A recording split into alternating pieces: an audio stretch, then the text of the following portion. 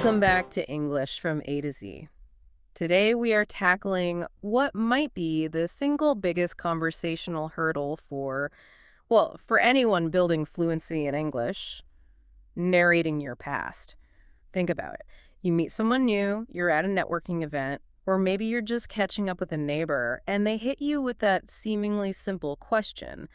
So what did you do yesterday? Mm, And if you're like most learners, in that moment, your brain just goes blank. right. Every verb you know suddenly feels wrong.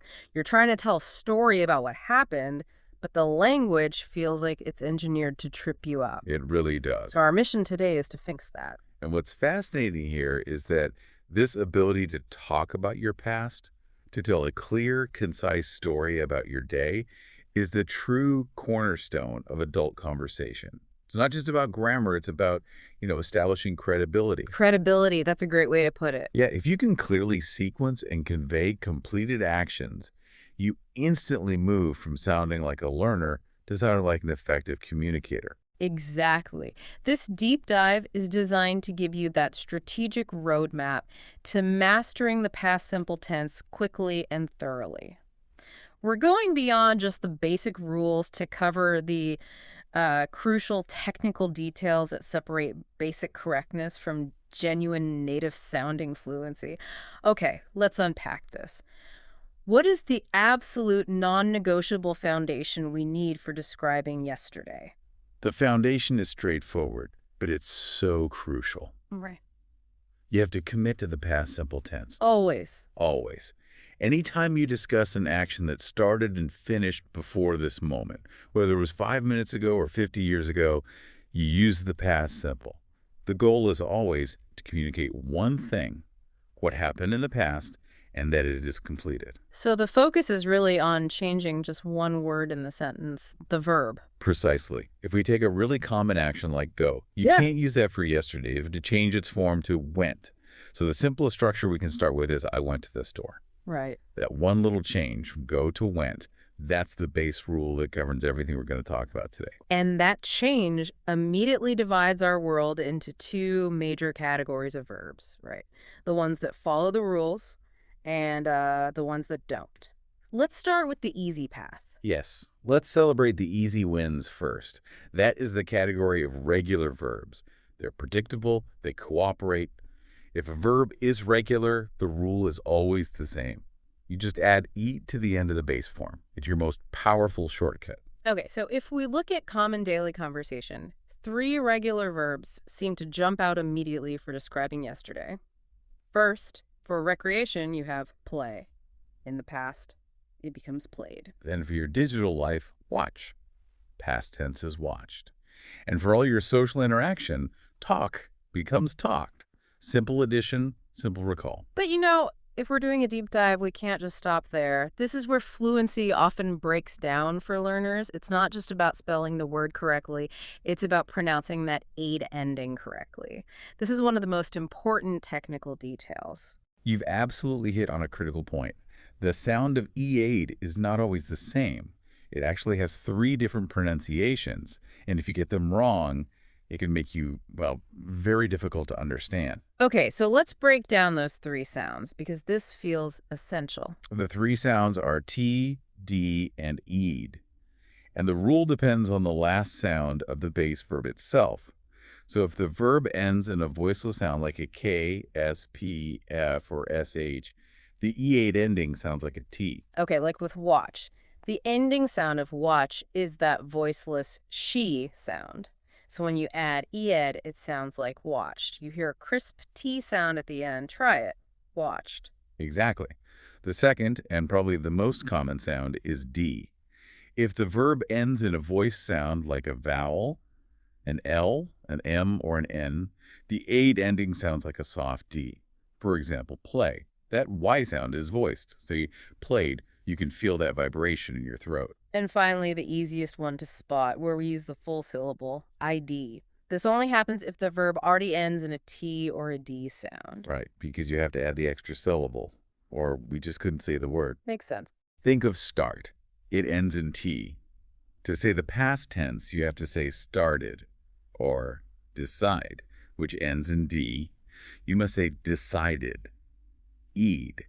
Mastering these three sounds, day, D, and eed, is your shortcut to making all those regular verbs just blend into natural English conversation. That is fantastic. Okay, so we've established the rules for the majority of our verbs, but now here's where it gets really interesting. We have to confront the irregular verbs. Ah, the tricky ones. They are the tricky ones because they refuse to follow that nice, simple EAD rule. You have to treat them like new vocabulary words and just memorize their specific past forms. You know, irregular verbs are like this because they're often the oldest, most frequently used words in the language. Their original kind of odd forms just stuck around. And this raises an important question for learners. Hmm. Why are they so vital? Why bother? Because you literally cannot describe your daily life without them. They describe the essentials: eating, having, going, sleeping. Okay, and here's a stumper for a lot of intermediate learners. How do we stop confusing the simple past, which we're using today, with the past perfect? For instance, you said had is essential. But if I say I had gone to the meeting, is that right for describing yesterday? That's a critical distinction. And the short answer is no. That's usually incorrect for a simple narration of yesterday. If you say, I had gone, that past perfect form signals that the action, the going, happened before another event in the past. Ah, okay. If you're just listing what you did yesterday, one thing after another, you have to stick to the past simple form. It's cleaner, it's simpler, and it directly communicates the completed action. That clarity helps a lot. So let's just focus on the past simple forms of the essentials. 3 irregular verbs pop up in daily conversation more than almost any others. First, eating. Eat in the past becomes ate. For example, I ate lunch with my coworker. Next, go, which we saw earlier, becomes went. I went to the gym after work. And finally, describing experiences or scheduled events becomes had. I had a great discussion with my boss. So we have ate, went, had. That trio alone lets you structure the main points of your day, your food, your movement, your schedule. Remember, it's not about understanding why they're irregular. It's just about rapid repetition until ate or went becomes automatic. Right. Does it feel more natural now that you've heard them?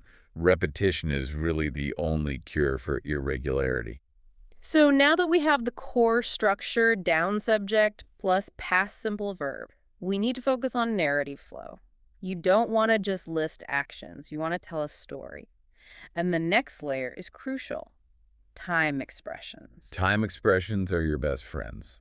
They are. They add precision and structure. They take a simple sentence and place it exactly on the timeline of your day, which is vital when you're narrating a sequence of events. They act like little signposts in your story. So what are the key expressions we should be using? The most useful ones frame the parts of your day: in the morning, in the afternoon, in the evening, at night. Yeah. Then, of course, yesterday and a few hours ago. They give context. What about for order?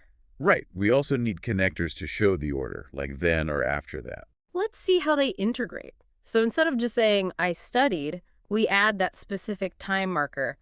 I studied in the morning. Or for connecting two actions. I finished my meeting, and then I went to the store. Yeah. See, these small words help you tell the story so much more clearly and keep the listener engaged. They can easily follow the sequence.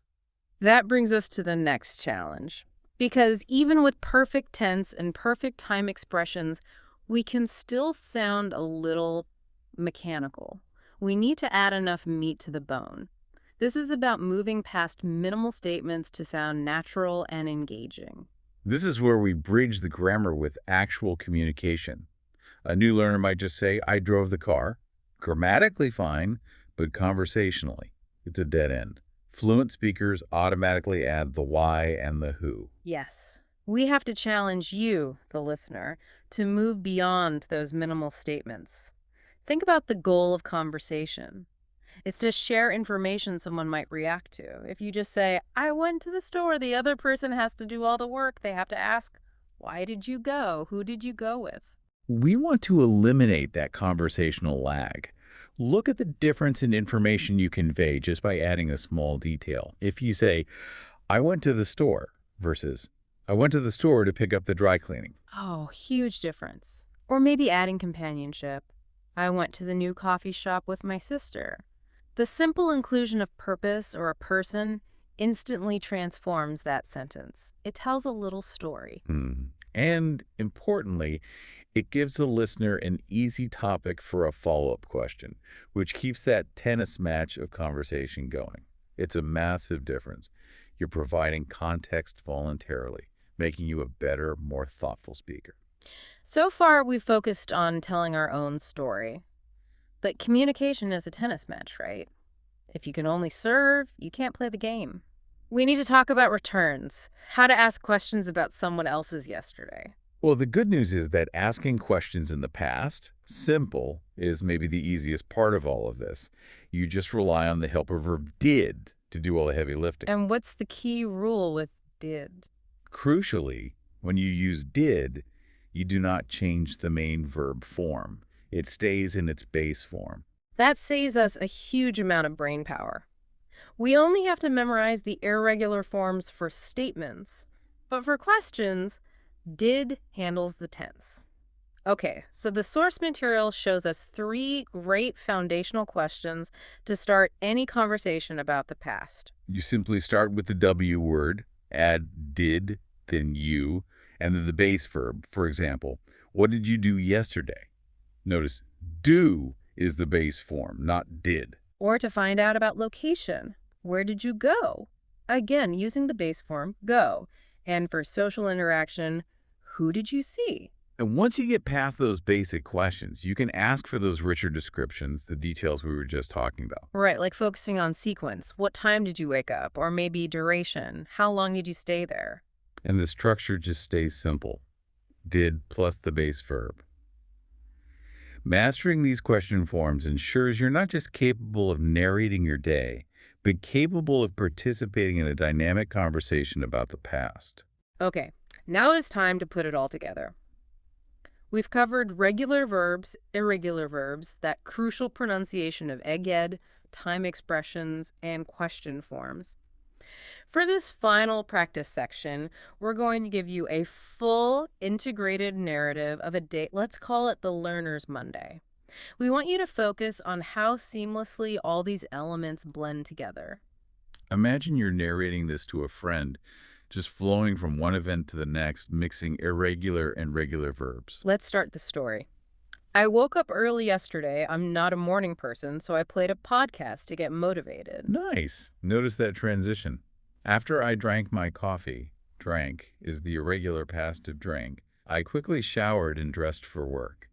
Both showered and dressed end in that soft sound. Then focusing on scheduled activities. I had a very important video meeting in the morning that lasted 2 hours. There's that id sound lasted, because the verb last ends in T. And we need to describe lunch. I ate lunch at my desk, but I talked to a colleague on the phone about a new project. See how we added the detail on the phone to enrich the simple verb, talked? In the afternoon. Later in the afternoon, I worked on my project for a few hours. I watched the clock constantly until 5 p.m. So you have worked with the soft T and watched with the crisp T. Perfect. Concluding the day's movement. After work, I went to the park with my dog for a long walk. And again, adding that detail with my dog just transforms the sentence. And wrapping up the evening, I cooked dinner for my family in the evening, and we stayed up late watching a movie. I went to bed late around midnight. That whole narrative had woke, played, drank, showered, had lasted, ate, talked, worked, watched, went, cooked, and stayed. That entire flow demonstrates how effortlessly you can describe your day once you train your brain to automatically recall those past simple forms and connect them with time expressions. Keep practicing that full story. This deep dive has armed you not just with rules, but with strategies for application. You are now equipped to handle that critical opening phase of any conversation. And if we connect this to the bigger picture, this mastery of the past simple tense is really the doorway to all advanced narrative. It lets you start telling full stories about your experiences, not just disconnected facts. You transition from a learner who struggles to a speaker who can genuinely command their own biography in English. So, what does this all mean? It means you have successfully navigated the trickiest aspect of daily English communication. You know the strategic difference between regular and irregular verbs, and you even know the secret technical detail of the three ed sounds. That is how you become truly fluent. Your final challenge to make sure this knowledge sticks immediately is this. Spend the next 5 minutes telling the story of your actual yesterday out loud. Tell me, what did you do yesterday? I can't wait to hear about it.